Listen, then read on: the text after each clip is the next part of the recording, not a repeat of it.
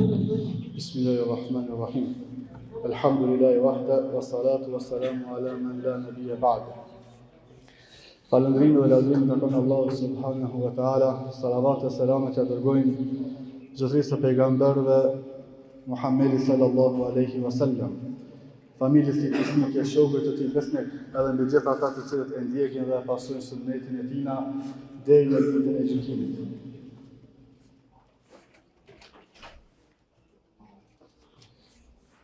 اللهم إنك عفو كريم تحب العفو فاعف عنا اللهم إنك عفو كريم تحب العفو فاعف عنا اللهم إنك عفو كريم تحب العفو فاعف عنا والله ti e falës e don faljen andaj na fal neve والله ti e falës e don faljen andaj na fal neve. Vëllezër, nëse jemi në ditë ku edhe dielli, me thon kështu, edhe dielli i Ramazanit vetë se shkon edhe duke perënduar. Në ditët e cilat jemi duke i kaluar lutim Allahu subhanahu wa taala që më na pranon këtë agjërim dhe gjitha veprat e mira të cilat i bëjnë në këto dita. Këto janë netët ku zemrat e sinqerta, zemrat të cilat janë nështruar Allahu subhanahu wa taala e ndjejnë aromën edhe e ndjejnë ëmbëlsinë e imanit tyre. Sepse asnjë prej neve nuk e ka garancinë se agjërimi jon a u pranua apo jo. Asnjëri prej neve nuk e ka të sigurt, nuk e ka të garantuar se edhe çat namaz të cilin duke e bëu a e kena të pranuar te Allahu subhanahu wa taala apo nuk e kena të pranuar. Prandaj në netët të cilat jena duke i kaluar e kena mundësinë se për çdo vepër të cilën e bëjna me e lut Allahu subhanahu wa taala që këtë vepër me e pranuar prej neve. Me e pranuar prej neve, edhe janë netë të cilat Allahu vazhdon edhe i fal besimtarët edhe i pranon lutjet e tyre. Çështja se çysh me na përgjigj Allahu subhanahu wa taala duave tona, edhe qysh Allahu subhanahu me e pranue agjërimin ton, për tyre shkaqeve kryesore është me bëu istighfar Allahu subhanahu wa taala. Secili prej neve sa herë që e falni namaz, momentin që jep selam thot 3 herë astaghfirullah, astaghfirullah, astaghfirullah.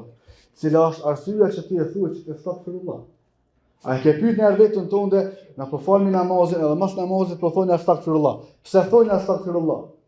Për shkak se nëse e kena bën ndonjë mangësi në namazin tonë, se edhe ajo nuk ka dyshim që na namazin që ne bëjmë atë mangët, me kërku falje te Allahu subhanahu edhe Allahu më pranoi ato me shpërblimin e plot. Në Kur'an atje ka ardhur kur Allahu subhanahu taala tregon për haxhilar. Momentet që kthehen prej haxhit, prej Arafatit atje, gjatë rrugës quajnë istighfar.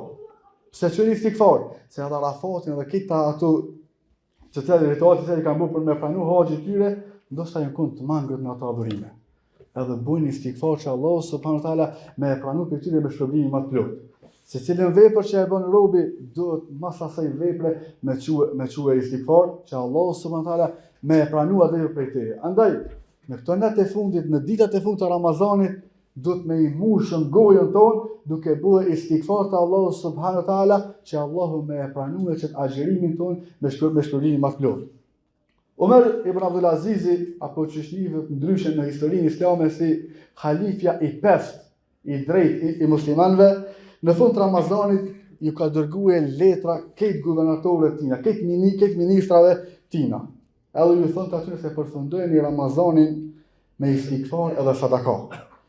Thoni ashtu siç ka thonë baboi juaj Ademi alayhis salam. Rabbana zalamna anfusana wa illam taghfir lana wa tarhamna lanakunanna min al-khasirin. Zoti jon, nëse ti nuk na fal neve, nëse ti nuk na mëshiron neve sepse padyshim se na kompli aty që kena bëu padrejti vetes tonë.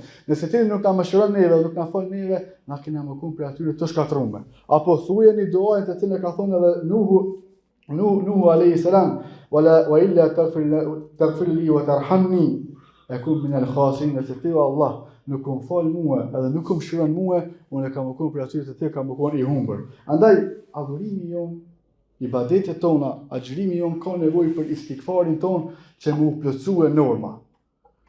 Gjatë ditës së Ramazanit ndoshta kena kshyer diçka haram, kena dëgjuar diçka haram, kena folën diçka haram.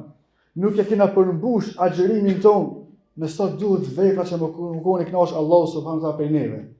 Edhe padyshim se kur bësh iftar, çaj agjërim ndoshta është edhe i mangët. Por me u pranuar te Allahu subhanahu wa taala me shpërblimin më të plotë, edhe në mënyrën më të mirë që më kon Allahu i kënaqur, në fund para iftarit shfrytëzoje duke i bërë istighfar Allahu subhanahu wa taala për çat ditë të cilën ti e ke agjëruar për Ramazanit.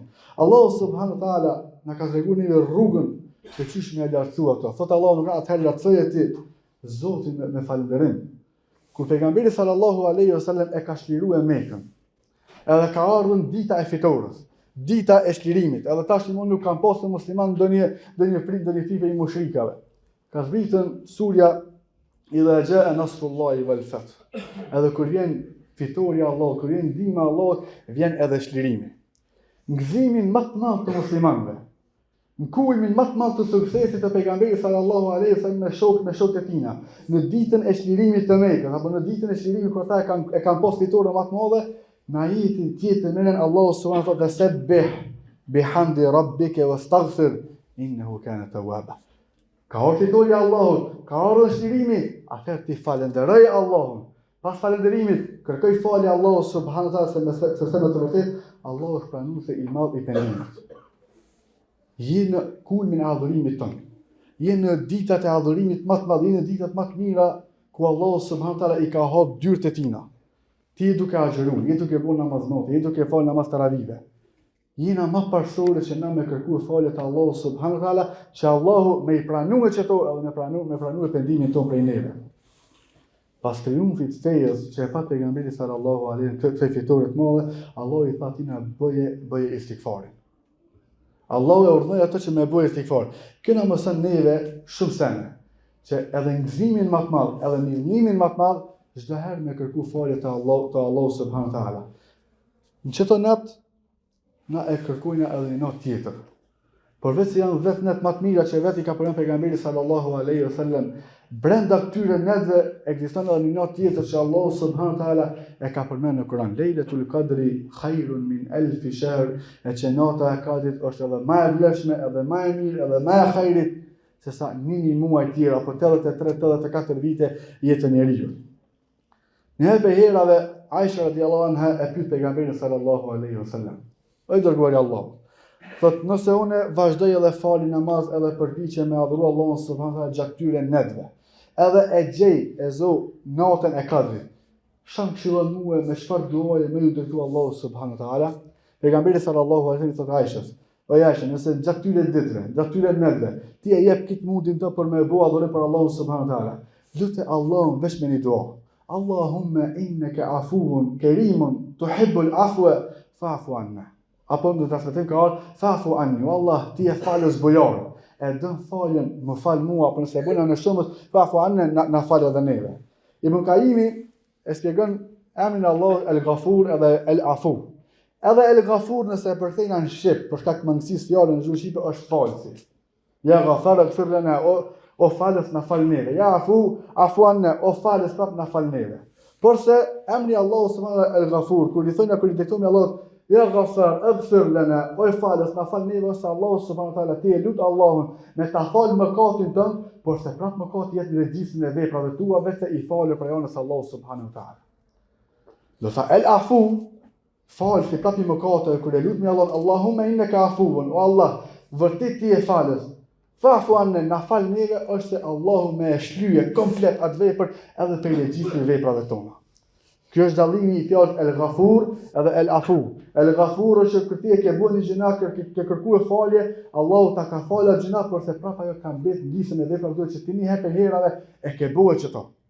El-Afu është që edhe gjunojnë të cilën e ke bëu, veprat të cilën ti e ke bëu, Allahu subhanahu wa taala me e shlyj komplet për regjistrin e veprave tua edhe mos më ekzistojë ajo kërkon. Kjo është urtësia sepse pejgamberi sallallahu alaihi wasallam e këshilloi Aisha radhiyallahu anha që këto natë e Ramazanit apo në sezon natën e Kadrit me lut Allahun, Allahumma innaka afuwun karimun tuhibbul afwa fa'fu anni, o Allah ti vërtet je falës bujor, e don falën, andaj na fal neve që Allahu këta veprat e tona, këta gjinohet tona, përveç se me na fal ato, edhe me i shlyje komplet për regjistrit tona e ditën kur doni para Allahu subhanahu wa taala. Edhe secili prej neve e merr librin e tina me veprat e tina, mos me pas libër mëkate. Librin e veprave tua mos me pasën gjëra, mos me pasën defekte, por se më kun libri komplet i pasur me veprat e tua të mira, edhe me përgëzu Allahu me veprat e tua dhe me mëshirën e tina, me të futën në xhenetin e Allahut na bëf për atyre. Kjo është shërbim si këshilla më e mirë praktike që qysh pejgamberi sallallahu alaihi wasallam i ka treguar Aishës se çysh me lut Allahun subhanahu wa taala. Thot Qatada, Allahu më shoh se vërtet Kurani ka ardhur udhëzues për këta smundjet e njerit. Thuaj se për këta smundjet të cilat i ka robi në Kur'an e gjen edhe ilaçin e saj.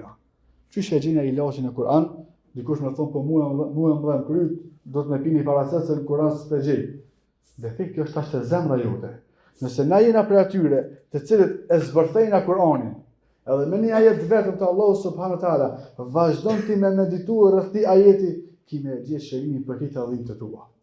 Thot Hasan el-Basriu se ma e dashur për mua është me unalën sa, një çast, apo një orë, apo një ditë vetëm me medituar rreth një fjalës Allahu subhanahu wa taala, sesa me i falën një rekate namaz nafile në xhamin e pejgamberit sallallahu alaihi wasallam.